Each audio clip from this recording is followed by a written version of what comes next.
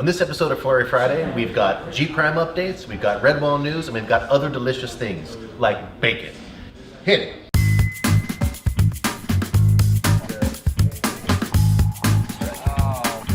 It's real simple, Jay.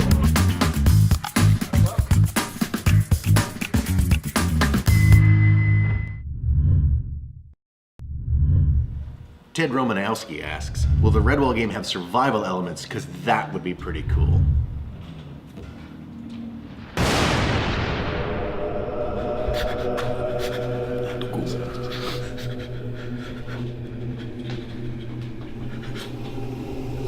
Big?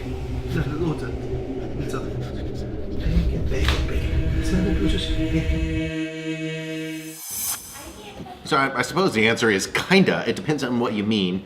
Survival elements can mean a lot of things to a lot of people, but in essence, if the notion is the kinds of things you need to do, whether that's collect food and that kind of stuff, then yes. It is uncertain yet how much that will be emphasized or de-emphasized. It kind of depends on how development goes, but we definitely have those things planned, and we're going to see how they play and if they stay fun. If they don't stay fun, then we'll cut them, but right now the plan is yes. Probably the first thing I want to talk about is G Prime. We got a major update, and the main deal of that was addressing the biggest problem that people came back with from reviews, which is that the camera system was really difficult. They found it hard and confusing, and frankly, we agree. So we totally redid that system so that now what you have is you have 4 different camera modes, sort of the way that you will on a racing game. So you kind of D-pad through the different camera modes for how the camera chases the rocket. We think it's a big improvement. That went live, I think, about a week ago, and you should be able to see that now. And that brings us to a topic that I can't wait to tell some folks about, is that we're going to GDC, and so that is the middle of March.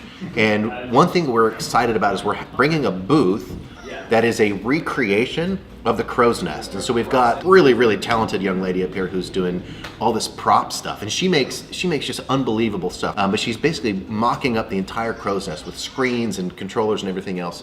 So when you come in, we're hoping for this big immersive experience, something exciting going back here, that will be you're kind of in the crow's nest playing the game. And so it's the first time we've done anything like this. We hope it'll be really fun. We'll be in costumes and all that kind of jazz. So please come to GDC and see us, but you'll see, I'm sure, video and stuff of that as well. Now that's on the Soma game side. We had a little bit of a gap in our schedule, and with all the craziness going on with the elections, we decided to do a quick little project that has turned out to really pick up a life of its own. The game's called Ballot Barrage. It is another iteration of the whole shooter engine that we've been working on for the last several years. But in this one, we've turned it all to the political thing. So we've created a parody game. It's pigs versus chickens, red versus blue, and they're all flying through the air, and your job is in your gunship of righteous indignation. So you're supposed to go to sort the ham from the bacon, or rather the bacon from the egg, so to speak.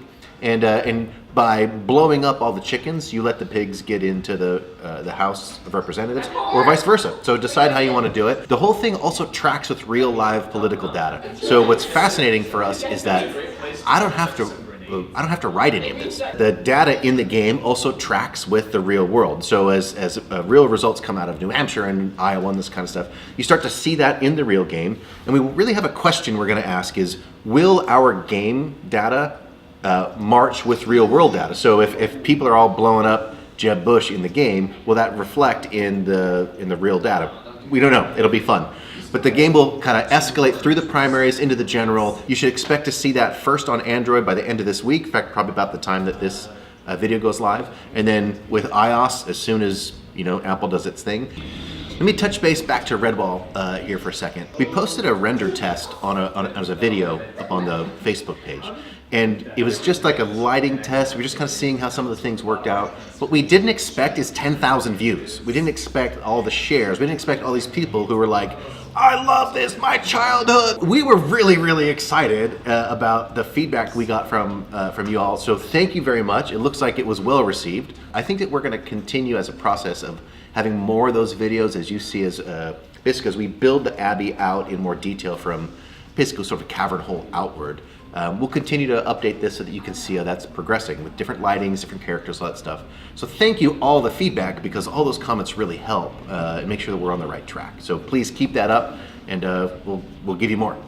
So thanks very much. That's about it. We'll see you in about another couple weeks. In the meantime, you just stay safe out there.